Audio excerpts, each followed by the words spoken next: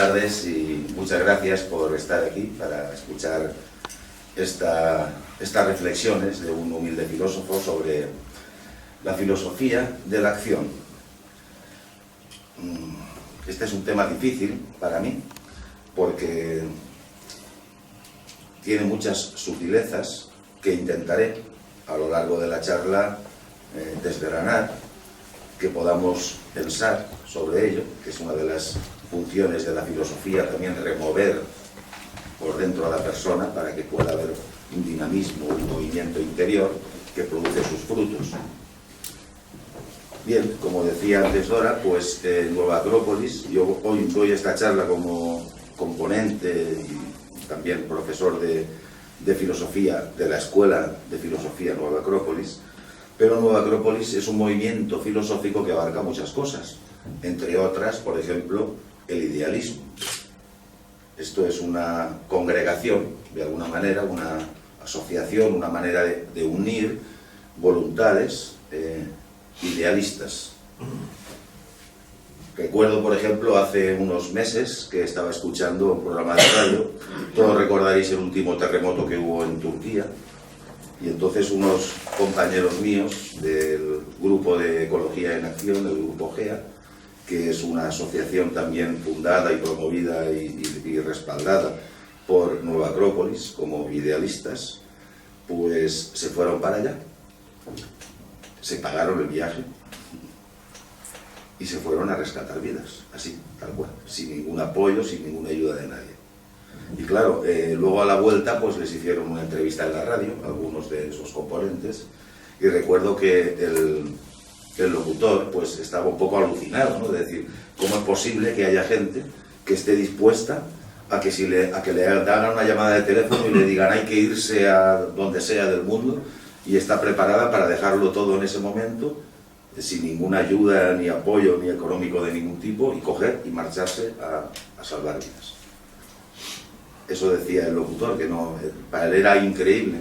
En cambio, la persona responsable al que le hacía la entrevista del Grupo GEA en ese momento decía, en realidad es lo más natural del mundo, es como deberían ser siempre las cosas. Alguien necesita una ayuda urgente de vida o muerte, no habría que pensárselo mucho para ir a acudir y rescatar a esas personas. Es lo más natural del mundo.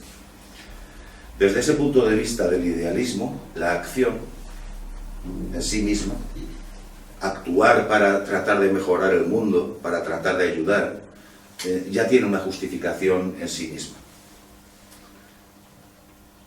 Yo hoy no quiero hablar de eso, aunque he introducido este tema para aclarar también para los que no lo puedan conocer que hay otras facetas y otros matices dentro de esta gran agrupación o movimiento filosófico que llamamos hoy Nueva Acrópolis. Yo quería hablar desde el punto de vista de la Escuela de Filosofía. La acción desde el punto de vista filosófico. He oído a veces a personas que parecen no estar de acuerdo en este sentido o no compartir este concepto de que la acción en sí misma pueda contener algún secreto o algún misterio. De hecho, creo humildemente que en el mundo académico de la filosofía, lo que hoy conocemos como la filosofía universitaria, académica, etcétera, etcétera, desde mi punto de vista, creo que hay una plusvalía, una sobrevaloración de la teoría que tiene determinadas consecuencias negativas. La filosofía de la acción. Si consideramos filosofía una búsqueda de un conocimiento profundo, una búsqueda de una sabiduría, la pregunta es, ¿la acción contiene conocimiento? Es decir, ¿hay un conocimiento que está oculto de alguna forma en la acción? Nosotros en nuestros cursos de filosofía, desde el primer curso introductorio, que hablamos un poquito de, entre otras cosas, de la sabiduría milenaria hindú, tocamos algunos aspectos que aparecen en un libro que se llama el Bhagavad Gita, donde se habla también de este concepto. Se habla de la escuela de la acción desde el punto de vista de la escuela Sankhya y de la escuela Yoga, que son dos de las grandes escuelas de filosofía de la India. Y entonces ahí se habla de algunos secretos respecto de la acción. Pero a mí me gustaría hoy, como digo, tratar de desgranar un poquito esto, porque creo, sinceramente, y me incluyo en ello, que tenemos ciertas cosas que damos por hecho dentro del mundo de la acción, y ese darlo por supuesto o darlo por hecho hace que se nos escapen algunos secretos, cosas misteriosas que contiene en sí misma la acción. Claro, decíamos antes, la acción contiene algún conocimiento. Tendríamos que especificar a qué nos referimos con eso de conocimiento. Bueno, hay un dicho en la sabiduría popular que todos conocemos, que es: la experiencia es un grado, ¿verdad? Y no sé, por poner un ejemplo, muchas empresas cuando buscan contratar a alguien dicen: quiero contratar a alguien con experiencia. Bueno, ¿y quién más dará a contratar a alguien con experiencia que alguien recién salido de la universidad con su título flamante encima de la mesa? Si aparentemente tienen los mismos conocimientos, han estudiado lo mismo y han aprobado los dos la carrera, pero busco a alguien con experiencia. De alguna manera, implícitamente, casi sin darnos cuenta, estamos reconociendo que hay un conocimiento, hay un algo difícil de explicar que está detrás de esa experiencia. Hay un filósofo de la ciencia del siglo XX, Michael Polanyi, que este era un científico, físico, profesor de física y química y investigador, y que luego se convirtió en un filósofo de la ciencia, que aclaró mucho el panorama a este respecto, hablando de dos aspectos del conocimiento. Lo digo porque ahí estamos hablando de una persona que nos habla en términos modernos, para no irnos siempre a los clásicos, y este hombre, que era un investigador y un filósofo realmente, nos habla de dos aspectos del conocimiento. No de dos conocimientos, sino de dos aspectos del conocimiento. El conocimiento técnico, que es un conocimiento que se puede almacenar, se puede escribir, se puede grabar en un vídeo, se puede enseñar en una clase. Es el conocimiento técnico. Y el conocimiento personal o conocimiento tácito, que es un conocimiento que no se puede siempre explicar, que no siempre se puede almacenar y que no siempre se puede traspasar de una persona a otra. Y esto era un aspecto muy misterioso, fue muy polémico en su momento cuando él trabajó con estas cosas. Poco a poco ha sido reconocido a nivel mundial, en el mundo académico también, Michael Polanyi, y a pesar de todo no siempre ha sido bien comprendido, porque creo que nosotros tenemos un modelo mental del conocimiento muy específico, que es lo que hablamos. Pues el conocimiento está en los libros, el conocimiento es algo que yo te puedo enseñar, que te puedo explicar, y que tú con que lo entiendas, pues ya tienes ese conocimiento. Pero como decíamos antes, la experiencia es un grado. Dentro de esa experiencia hay una parte de conocimiento técnico que ya tenía esa persona antes de tener esa experiencia, pero hay una parte de conocimiento personal o conocimiento tácito que incluso si la persona tuviera que explicar por qué llega a determinadas conclusiones y por qué lo hace de esa manera, muchas veces sería incapaz de hacerlo.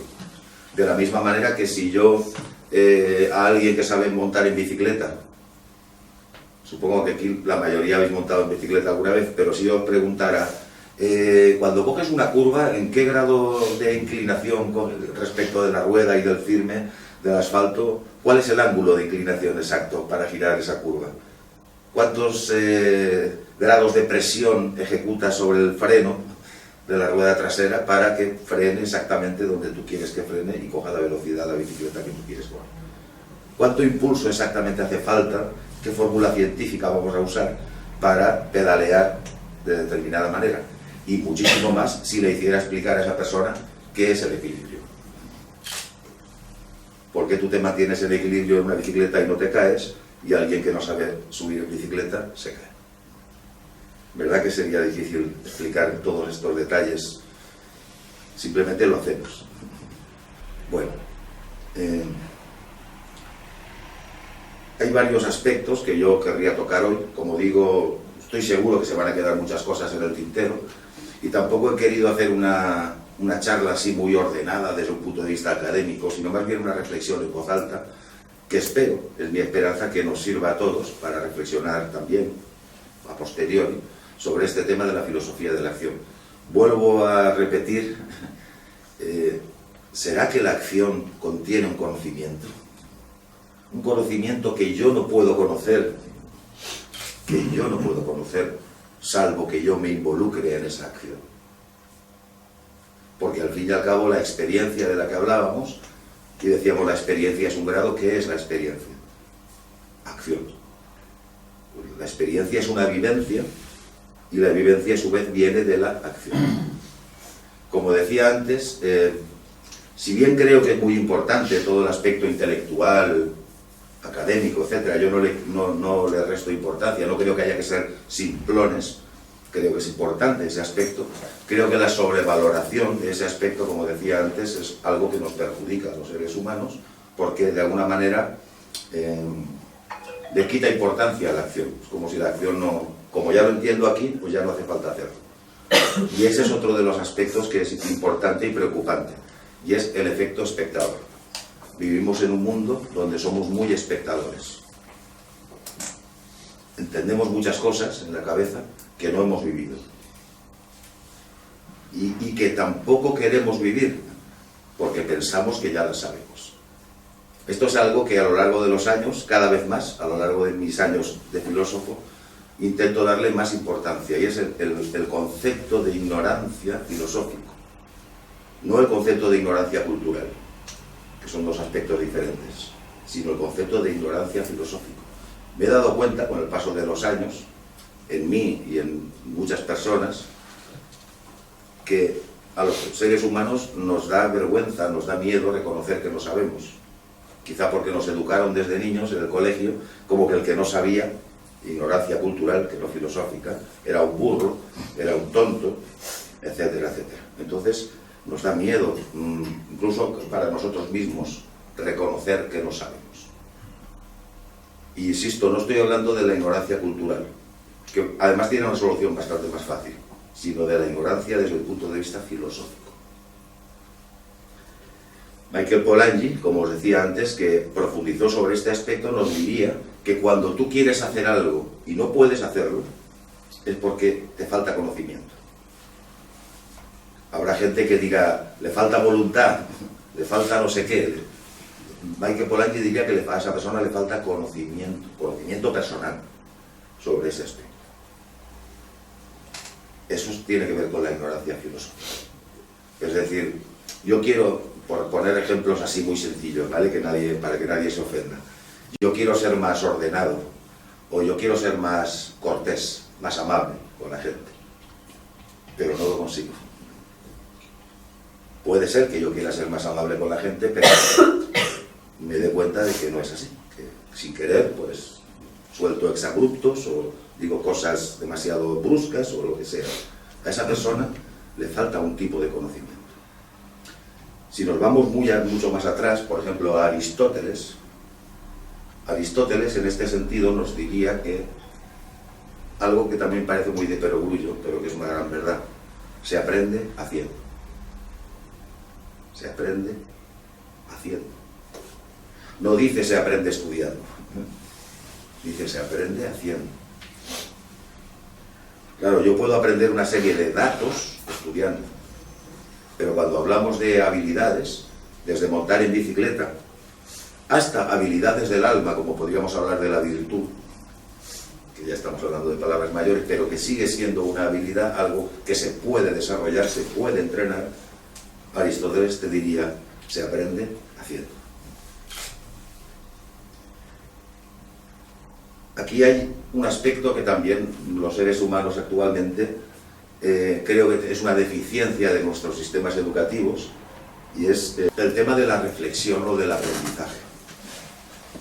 A nosotros nos han enseñado desde niños a aprender de los libros, como decíamos antes, cuál es la capital de Francia, cuál es el río más largo de España, cualquier cosa.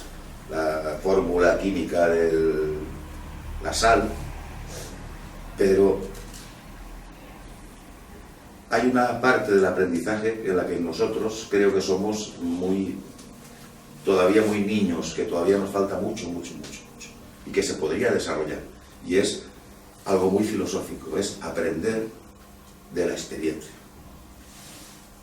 No aprender de lo que dijo alguien o de un dato que está afuera, sino de la experiencia. ¿Qué he aprendido yo de esta experiencia que yo he vivido?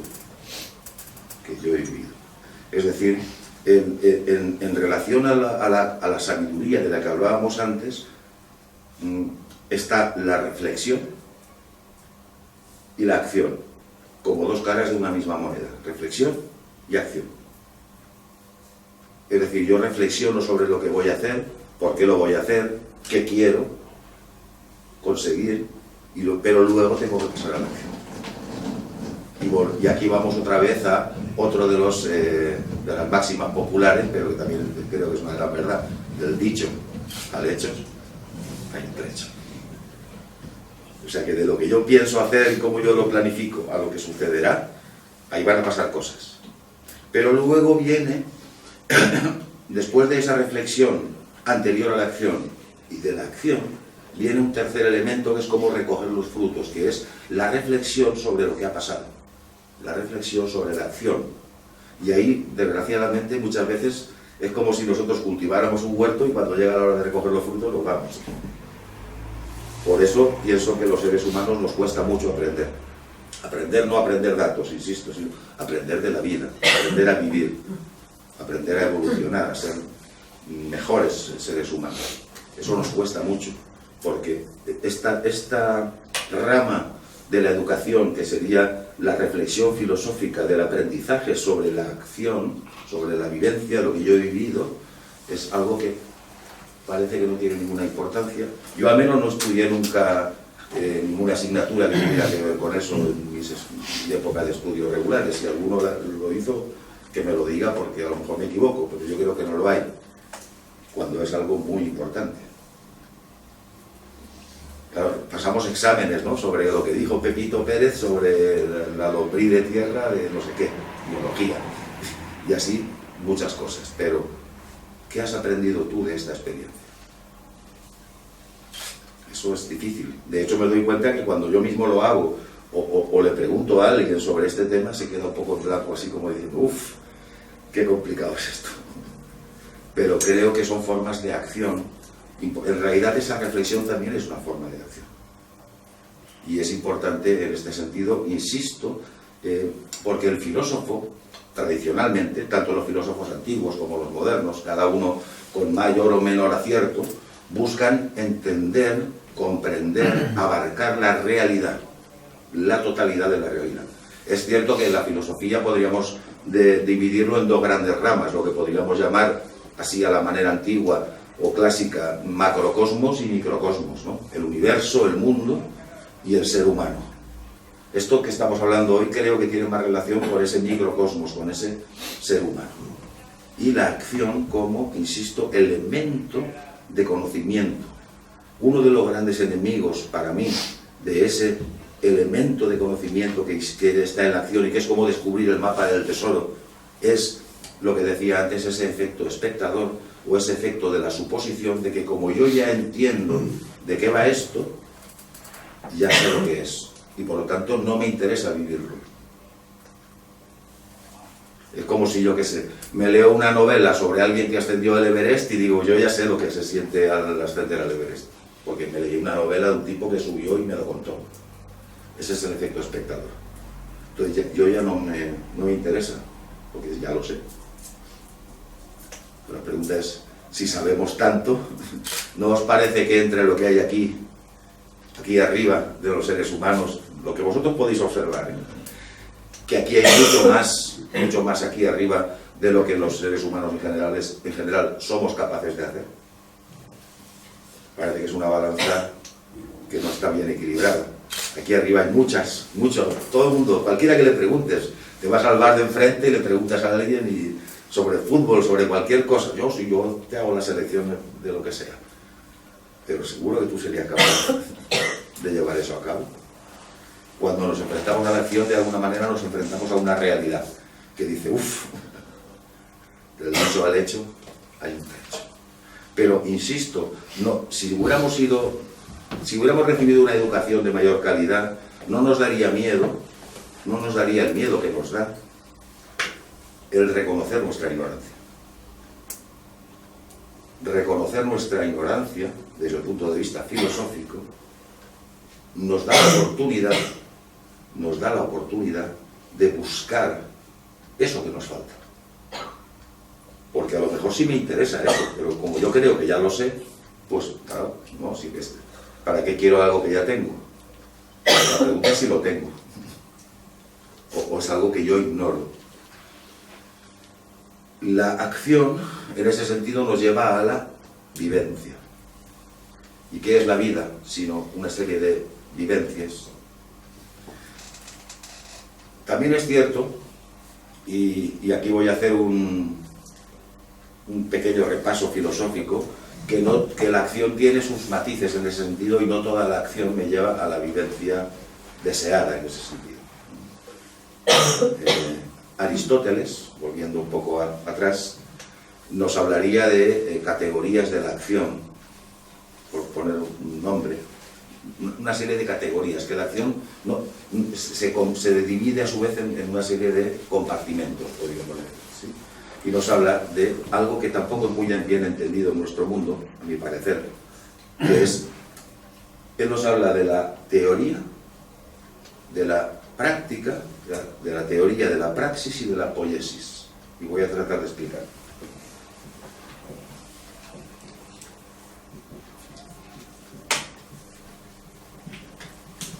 La teoría, tal como la entendía o la clasificó Aristóteles, es un poco diferente a como la entendemos nosotros hoy en día.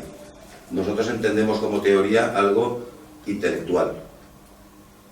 Para Aristóteles, la teoría, que viene de, si no me equivoco, de teoría, creo que lleva alguna H intercalada, pero no importa, que vendría de Zeus, o de teoría como de Teos, de Dios, sería algo así como la contemplación de la divinidad. No tanto la contemplación de la divinidad como yo que sé, como de repente que yo contemplo una estatua de un dios o algo parecido, ¿no? Sino más bien ese momento, como dirían los orientales, ese satori, ese momento de iluminación, donde una persona es capaz de descubrir de repente algún aspecto, alguna ley de la vida, y se da cuenta. Es como, por ejemplo, como se le atribuye a Newton, ¿verdad?, que cayó una manzana y entonces él descubrió la ley de atracción. Claro, esto contado así, parece ser que él llevaba tiempo dándole vueltas a las cosas y parece ser que sí fue así, que en un momento determinado él vio caer una manzana y en ese momento le hizo su cabeza clic y contempló una ley. La pregunta es, ¿cuántas manzanas habrá visto caer, cuántos millones de personas durante toda la historia y que no pasó eso que le pasó a Newton? Para que entendamos que no es una relación causa-efecto. Bueno, eso tiene que ver con la teoría de Aristóteles, esa contemplación de algo trascendente, podríamos llamarlo así, esa contemplación de la divinidad. Y esto sería como el cielo, ¿no?, por ponerle un ejemplo simbólico. Luego nos vamos aquí, a la poiesis. Poiesis vendría a ser producción.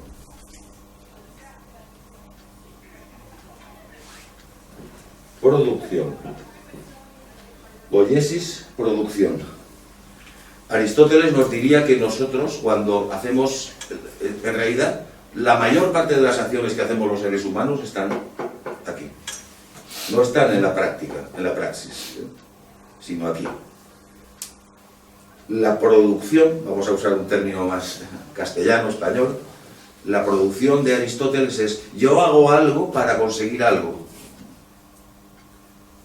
Yo construyo un barco porque necesito navegar o necesito venderlo. porque me quiero comprar con el dinero que voy a ganar con esa venta una casa. Muy bien. Digamos que es una acción que, si bien no tiene por qué ser mala, pero no es una acción transformadora del ser humano. Eso no te transforma por dentro, necesariamente. Adquieres una habilidad, eres capaz de hacer zapatos muy bien hechos, pero eso no significa que esa persona por dentro haya habido una especie de alquimia interior que le haya hecho ser alguien más sabio, o como queramos llamarlo. Si no, es una habilidad exterior. Yo hago algo para conseguir algo. Y esto sería la categoría de poiesis o producción, donde, a mi parecer, insisto, están la gran mayoría de las acciones que realizamos los seres humanos. Yo estudio para aprobar un examen. Y así podríamos seguir. Hago algo para conseguir algo. Y eso también es acción, lógicamente. Pero no es una acción, digamos, que nos incluiría en esta categoría de la filosofía de la acción. La praxis, que tampoco es como decía Aristóteles, no es como se entiende hoy en día. De hecho, hoy en día hemos eliminado este término, poiesis. Hoy en día decimos teoría y práctica. Y ya no existe nada más, teoría y práctica. Pero Aristóteles no decía teoría y práctica, hablaba de tres cosas. He explicado lo mejor posible esta parte y esta parte, esto sería de tierra, cielo y tierra, para poder intentar explicar la parte más difícil quizá de explicar de todas, que es esta parte. La praxis sería un tipo de acción que tiene un poco de las dos cosas, del cielo y de la tierra. O sea, cuando hablamos de praxis, hablamos de una acción que te transforma. Si bien no renuncia a los resultados exteriores, pero implica algo más. Esto es algo difícil para nosotros de digerir, porque insisto que estamos, creo que la mayoría de nosotros, muy metidos dentro del mundo de la producción. Y la acción la entendemos como que yo hago algo para algo. Aunque sea en un buen sentido, es decir, voy a hacerte un favor para beneficiarte, pero estoy haciendo algo para conseguir algo, de alguna manera. Que, insisto, no es necesariamente malo, pero no está en la misma categoría que la praxis. A ver, a ver con este ejemplo si lo puedo explicar. Hay un libro que se llama El Guerrero Pacífico, donde un chico, creo que norteamericano, tiene un maestro así de tipo muy misterioso, un maestro que es así como un maestro zen, para entendernos, un maestro muy misterioso, al cual él le llama Sócrates, porque en realidad no sabe su nombre, y le llama Sócrates. Este es un chico, el joven protagonista de esta historia, que parece ser que está basada en hechos reales, Dan Dillman, que es un joven atleta. Y entonces el maestro le va enseñando cosas, lo va sometiendo a una serie de pruebas, como él es muy atlético, lo va retando, etcétera, etcétera. Y en un momento determinado, el chico conoce a alguien que había sido discípulo también de este maestro, porque a él le estaba enseñando a él solo, pero antes de enseñarle a él, le enseñó a otro. Entonces conoce a ese otro. Ah, tú también aprendiste con Sócrates. Sí, yo también aprendí con él. Y también te sometía a las duras pruebas físicas con las que me somete a mí. Y el otro, que era un poco más mayor ya que el joven, pues se ríe, ¿no? Dice, no, mis capacidades no son atléticas. A mí, el maestro me hizo que fuera durante años su servidor. Ahora este hombre tenía un restaurante. Y entonces durante años yo fui servidor, asistente personal del maestro.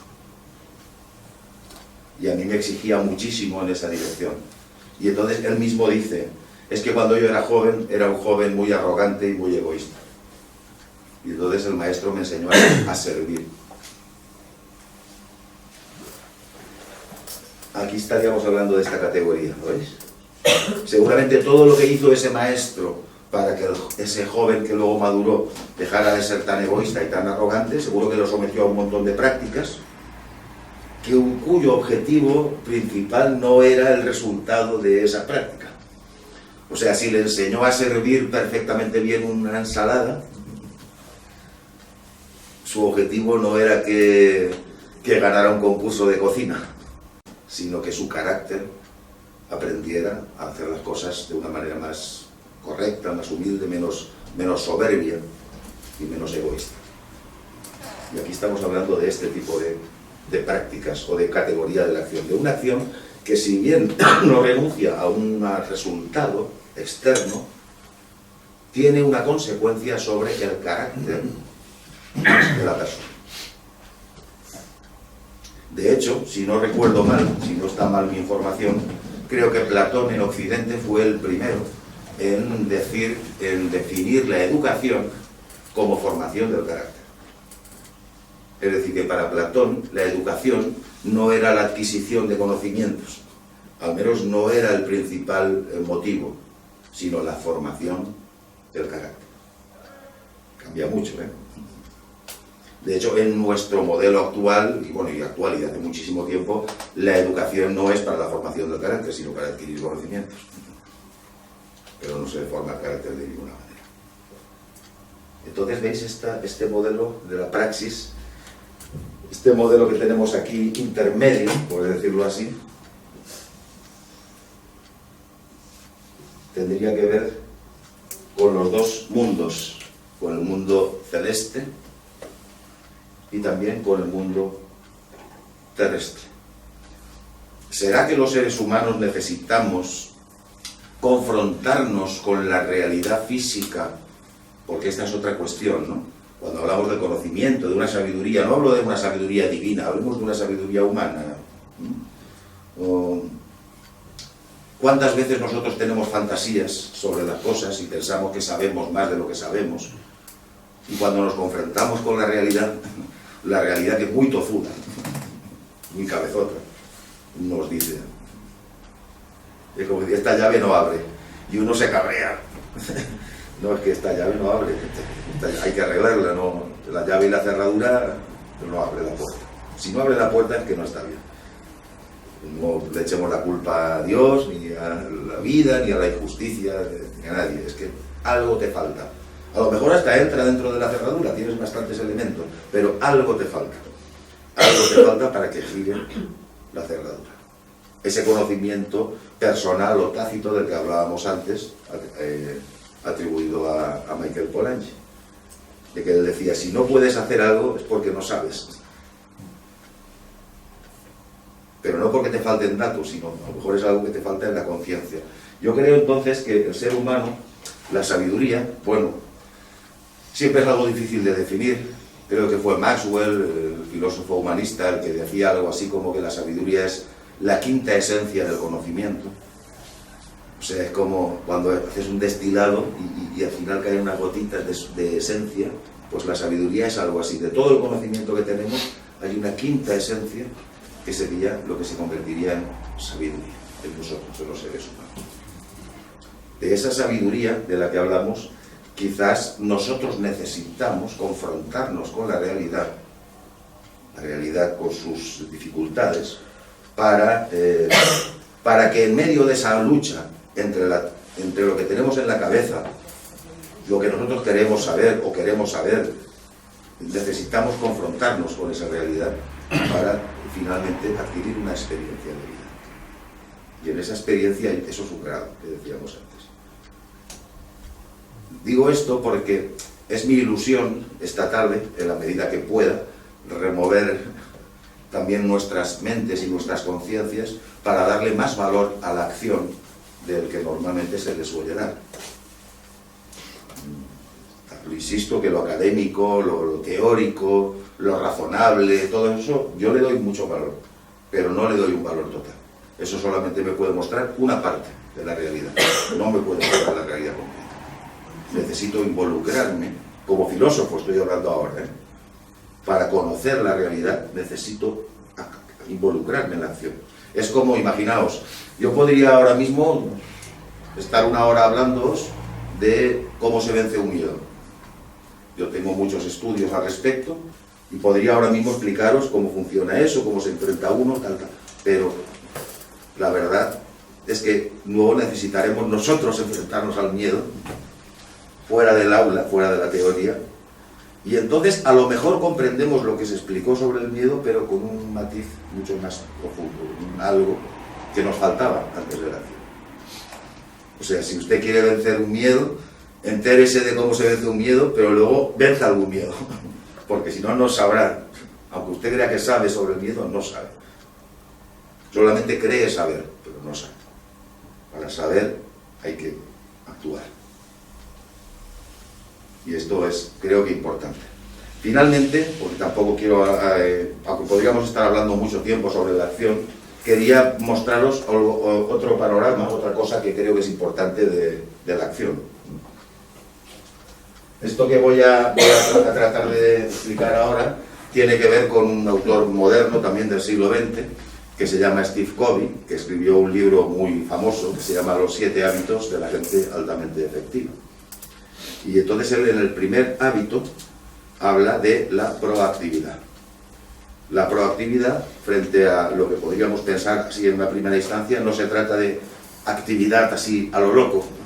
Proactividad, alguien proactivo es alguien que prefiere la acción a otra cosa. Parecería que se refiere a eso, pero no se refiere a eso. Se refiere a otra cosa. La proactividad la podríamos relacionar con la iniciativa. La iniciativa. Y ahora vamos a explicarlo un poquito.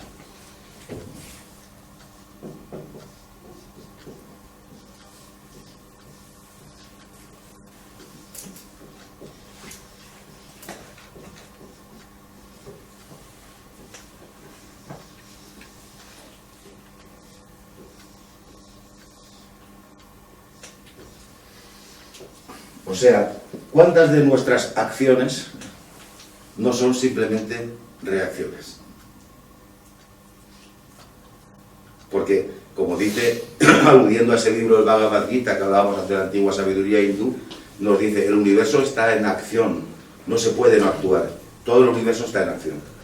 Luego tú también estás en acción, quieras o no quieras. Incluso cuando decides no hacer nada, también es una acción. ¿Sí?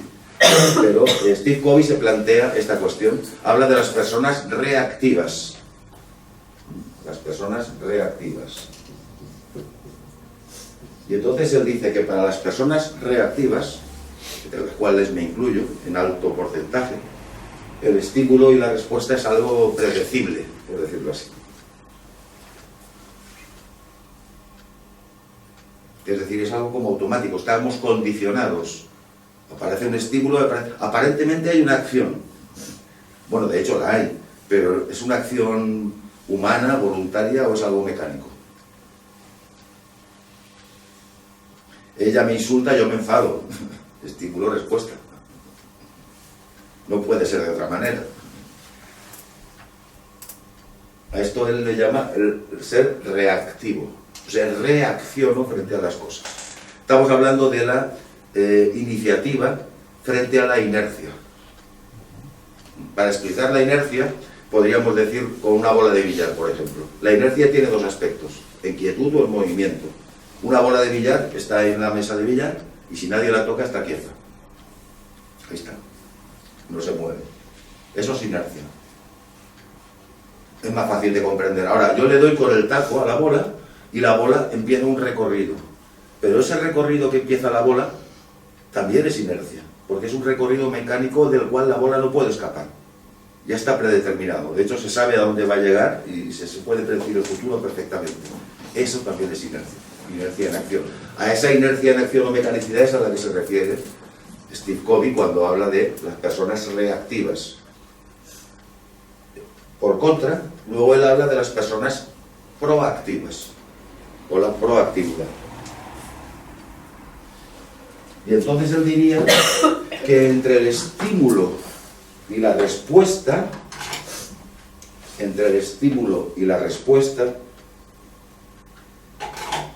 hay varios elementos humanos que se pueden poner en juego. La voluntad, la autoconciencia,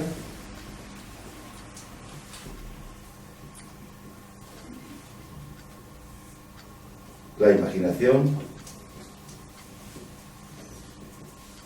el libre albedrío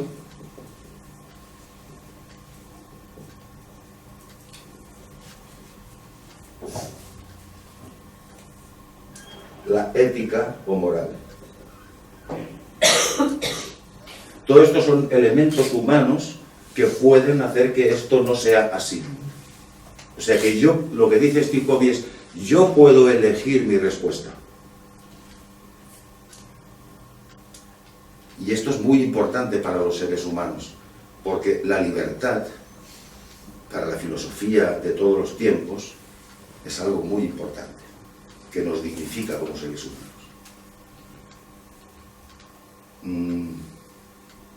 Jean-Paul Sartre, filósofo existencialista del movimiento de la existencia, que no es santo de mi devoción, es decir, no es alguien que para mí sea muy acertado en todo lo que dice, desde mi punto de vista, pero hay dos cosas que le tengo que reconocer. Una es que rechazó el premio Nobel, que hay que tener narices, ¿eh? O sea, le dieron el premio Nobel y él dijo que por sus convicciones no debía aceptar el premio. Y escribió una carta explicando por qué no aceptaba el premio Nobel. Porque él, más o menos en sus convicciones, decía que la academia que otorgaba los premios Nobel no era quien para decir que él era bueno o no, sino que era otro, él buscaba el juicio de otras gente, no el de la academia. Pero hay una frase que es a lo que voy, y es, él dice, el ser humano está condenado a ser libre. Fijaos qué frase. Está condenado a ser libre. Entonces, él pone la responsabilidad, que esto lo hacen mucho en general el movimiento existencialista, la responsabilidad en el ser humano, no en Dios, los dioses, la buena suerte, la mala suerte, el determinismo, si he nacido en una familia rica o pobre o aquí o allá. Ellos le dan un valor especial a la libertad. Y fijaos, ¿veis como libertad y responsabilidad? Aquí tienes la libertad, pero ¿serás suficientemente valiente para cogerla? ¿O prefieres pasar de la libertad? Porque libertad también significa que yo soy libre. Por ejemplo, yo soy libre de ser feliz. Luego, yo soy responsable de ser feliz. Si no soy feliz, es culpa mía. Ya no puedo culpar a nadie. Porque soy libre. Aceptar que soy libre implica una serie de más fuertes de lo que parece. Entonces, estos elementos producirían, digamos, una iniciativa, que es elegir la respuesta a lo que me sucede, al estímulo. Y aquí hablamos de acciones, como veis, de una calidad muy superior a lo que normalmente solemos hacer, que es reaccionar simplemente a un estímulo. Esto implica otro tipo de conciencia humana. Y esto está escrito por alguien que no es un filósofo académico, sí es un tipo muy sabio, desde mi punto de vista, pero que con mucho acierto. Y ¿sabéis qué dijo él? Este primer hábito de la proactividad, dice, sin el cual todos los demás hábitos que vamos a hablar en el libro no sirven para nada. O sea que si ese no empiezas a practicarlo, olvídate del resto porque no vas a conseguir nada. Y una última cosa que dice en ese libro, hablando de la proactividad, que también creo que puede sernos útil en esta charla para ir terminando. Hablando de esa proactividad y de esa libertad, él dice, existe lo que él llama el círculo de preocupación.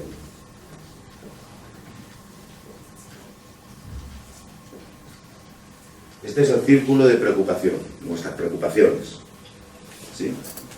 Y él habla de que en medio de ese círculo de preocupación hay un círculo que él le llama círculo de influencia.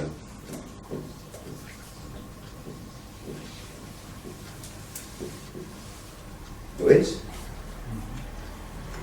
Círculo de preocupación, círculo de influencia. Entonces, todo esto es preocupación.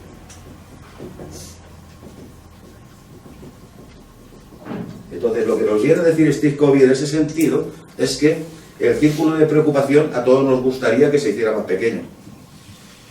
¿Verdad? Mirad que es muy grande. El círculo de influencia es pequeño. Pero Steve Covey, creo que con buen criterio, nos dice, esto no es posible. Usted solo tiene una posibilidad.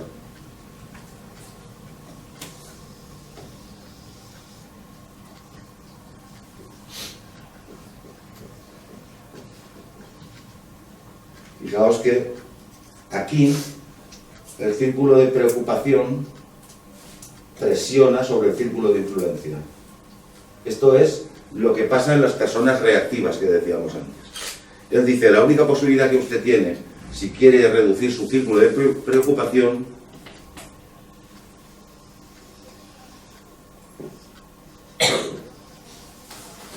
es aumentar su círculo de influencia. Entonces ahora ya caben menos preocupaciones. Aquí cabe menos que aquí. Y eso genera un movimiento contrario a este, que es que el círculo de influencia presiona hacia afuera sobre el círculo de preocupación. ¿A qué le llama el círculo de influencia? A aquellas cosas en las que yo puedo influir sobre las cosas. Y esto tiene que ver con la iniciativa de la que hablábamos antes. Si hoy llueve, yo no puedo impedir que llueva. Puedo impedir ponerme de mal humor, puedo impedir mojarme, puedo coger un paraguas, puedo hacer muchas cosas. Lo que no puedo impedir es que llueva. Pero puedo hacer muchas cosas que están en el círculo de influencia. Y esto es muy poderoso y muy potente, porque normalmente, a mi entender, pido disculpas de antemano, creo que la mayoría de las personas somos muy reactivas y poco proactivas. Cuando nos aparecen los problemas, deseamos no tenerlos, desearíamos que ese círculo fuera más pequeño, en vez de actuar, y por eso estoy hablando de esto, porque estamos hablando de la acción, de actuar en mi círculo de influencia para aumentarlo. Y entonces, lógicamente, el área del círculo de preocupación queda mucho más pequeño de lo que era antes. No, es que esto son capacidades del alma humana. Por ejemplo, decir, ¿qué puedo hacer? Imagínate que me rompo una pierna. Alguien se rompe una pierna, es una desgracia, ¿verdad? Bueno, Bruce Lee tuvo una lesión de espalda y estuvo 6 meses en la cama. Gracias a eso, y a que tuvo proactividad, escribió el Tao del Jet Kune, que es el único libro que se le conoce a él como libro. Su esposa lo dictaba y su esposa lo copiaba, y escribió un libro. Que levantarse de la cama no podía, pero podía aumentar su círculo de influencia, podía aprovechar mejor el tiempo que simplemente quejándose en la cama, por ejemplo. Como veis, el mundo de la acción tiene mucho misterio, muchas cosas que no son muy difíciles de comprender a veces a nivel superficial, pero si fuera tan fácil, del dicho al hecho no habría un trecho, todos seríamos capaces de actuar mucho más, pero lo que yo quería es tratar de definir un poco, poner encima de la mesa, que es con lo que quiero cerrar esta charla hoy, es la importancia de que pudiéramos entender que la acción contiene un conocimiento, contiene un secreto, una sabiduría, que no es posible descifrar, que no es posible adquirir, que no es posible vivir, a no ser que nos sumerjamos precisamente en la acción, que es el único lugar donde vamos a poder atrapar eso. Y esa era mi propuesta inicial y final, si queréis, de esta charla, que espero que os haya sido útil, agradeciendo de nuevo, como digo, esta tarde, pues vuestra presencia y vuestra paciencia para escuchar estas reflexiones de un filósofo. Muchas gracias.